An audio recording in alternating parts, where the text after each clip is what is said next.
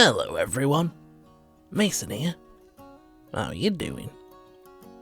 Today it's time for a book review. Sisters Addie and Deb are on the way to rural Scotland to attend the wedding of their friend Cherry, along with a man named Rodney, a mutual acquaintance of Cherry's who needed a lift. Not long after they set off, disaster strikes. They're rear-ended, and in a cruel twist of fate, the passengers in the other car are Addie's ex-boyfriend Dylan and his best friend Marcus.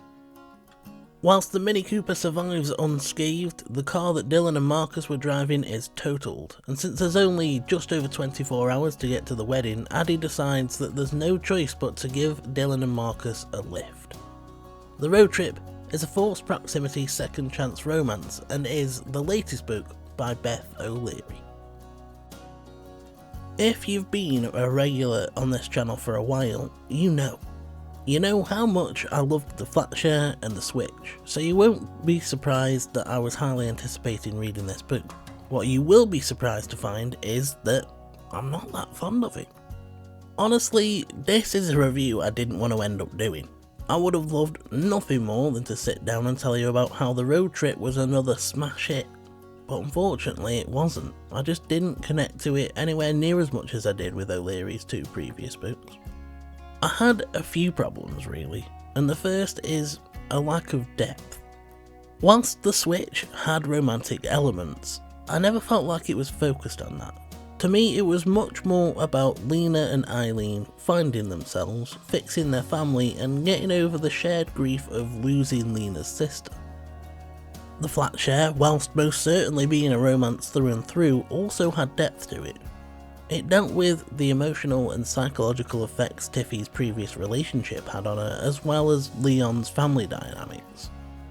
Both of those books had things to say about important issues, dealing with mental health, grief, stress, anxiety, abusive relationships, broken families, finding out who you are and what your place is in the world. However, for me, the road trip lacked that depth. It just felt like a romance, and unfortunately a romance that came across as melodramatic at times. Another major problem I had is that I just didn't find this plot believable at all. What are the chances that, as Addie and Deb are setting off, they get into an accident, and out of all the people in Chichester that could have rear-ended them, it happens to be Addie's ex?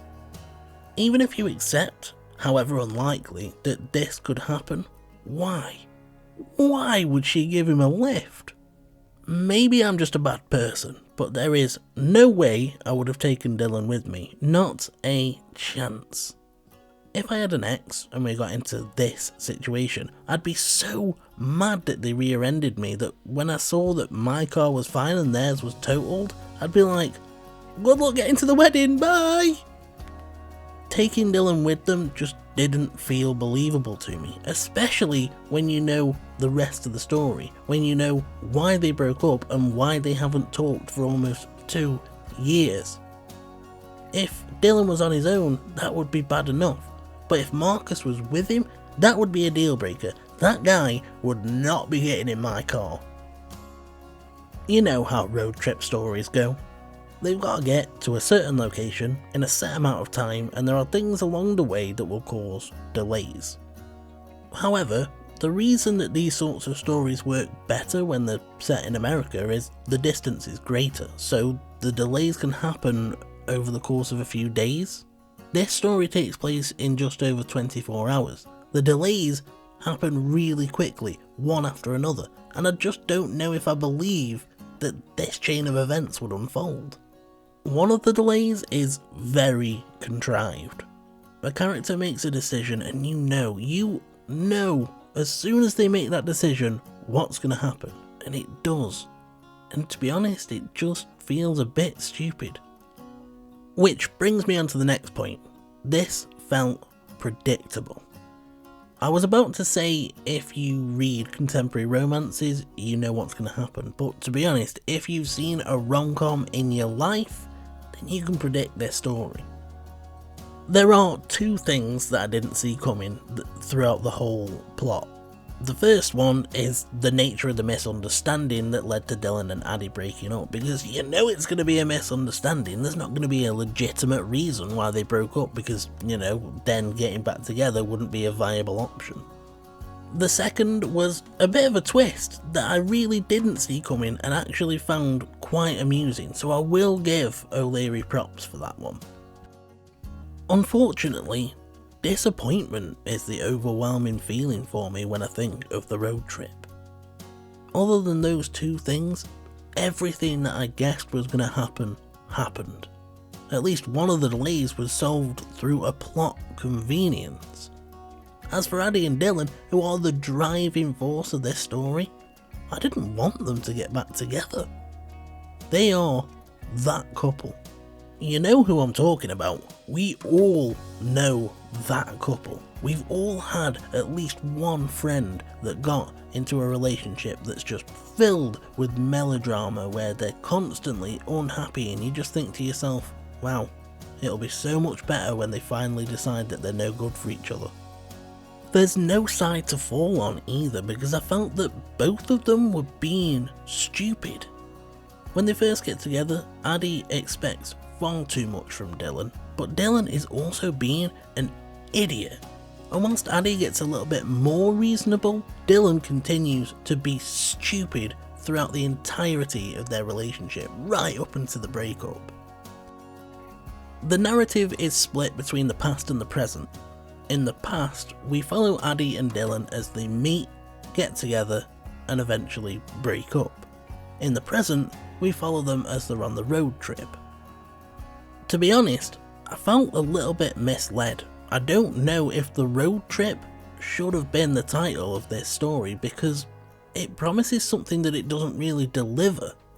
If you're looking for a road trip story, I think there are probably others out there that fit the bill better. The past part of the narrative is the dominant timeline. We spend a lot more time learning about Addie and Dylan's relationship, and the parts in the present only last for a scene maybe before we're jumping back in time again. You see, this is my problem with these sorts of narratives. If it's split between the past and the present, there's going to be a timeline that you prefer, and if it's not the dominant one, then you're spending most of your time in a part of the narrative that you aren't enjoying as much, and you just end up thinking, can we get back to that now?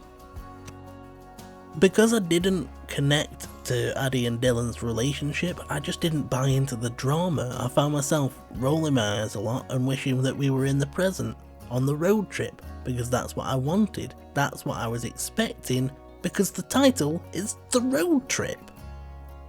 Even though I had problems with the stuff that happens in the present, I probably would have been less bothered and could have overlooked them if I hadn't had to put up with the melodrama in the past. I think that's my biggest problem, the lack of connection that I felt with the characters involved. We only get 5 main characters, and that's at a push because Rodney doesn't really count. For most of the book, he's just there for comedy relief. As for those other 4, Addie was okay, but just that. She was average, and she's not a character that I'm going to think of in the future. Deb was more enjoyable and was actually quite a strong, entertaining character. I think I would have enjoyed this more if she was the main protagonist. As for Dylan, I just didn't like him. He is pretentious poet guy, and that is his character. He constantly makes stupid decisions that make you mad at him, and when he's narrating, it's just so overly wordy and dramatic that I just couldn't take him seriously. Then there's Marcus, who's just awful, and there's no subtlety to it at all. He's a manipulative sociopath, and I felt like I was being beaten over the head with that fact. It's like O'Leary gave him a 500-foot neon sign reading, "I'm a bastard," with a big arrow pointing downwards to carry round. And the worst part is, no matter what he does, all of the lying and the manipulation, at the end she's going to try and redeem him.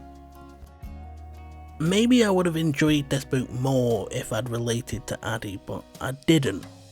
Maybe I would have if I'd have read the physical copy, but I don't feel that they did a good casting choice with Eleanor Tomlinson.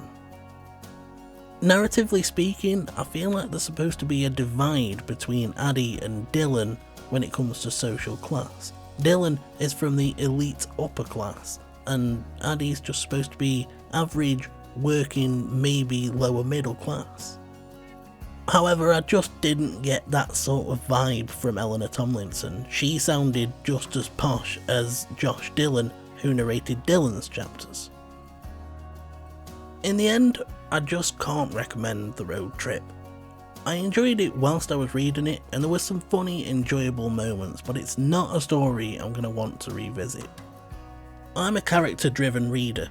If I don't have a foothold, someone to relate to, I'm going to struggle to have a good time. The fact that I found the plot unbelievable wouldn't have been as big of a deal if there had been someone to relate to, because I'd have just enjoyed their character, but having both issues at once made this a disappointing experience. Don't get me wrong though, I'll still read whatever Beth O'Leary brings out next, because I loved the Flatshare and the Switch, and let's be honest, a 2-to-1 success rate isn't that bad. I have 3 questions today. If you were going on a road trip, where would you go? What snacks would you bring? And what would your soundtrack be? If you've enjoyed this video, the like and subscribe buttons are just sitting there, waiting to be pressed. Now press them, or else. If you want to get in touch, say hi and have a chat, you know where the comment section is, and the link to my Twitter can be found in the description. Thanks ever so much for spending time with me today, guys. Until next time, take care. For now, I'm off, and you should have a good one.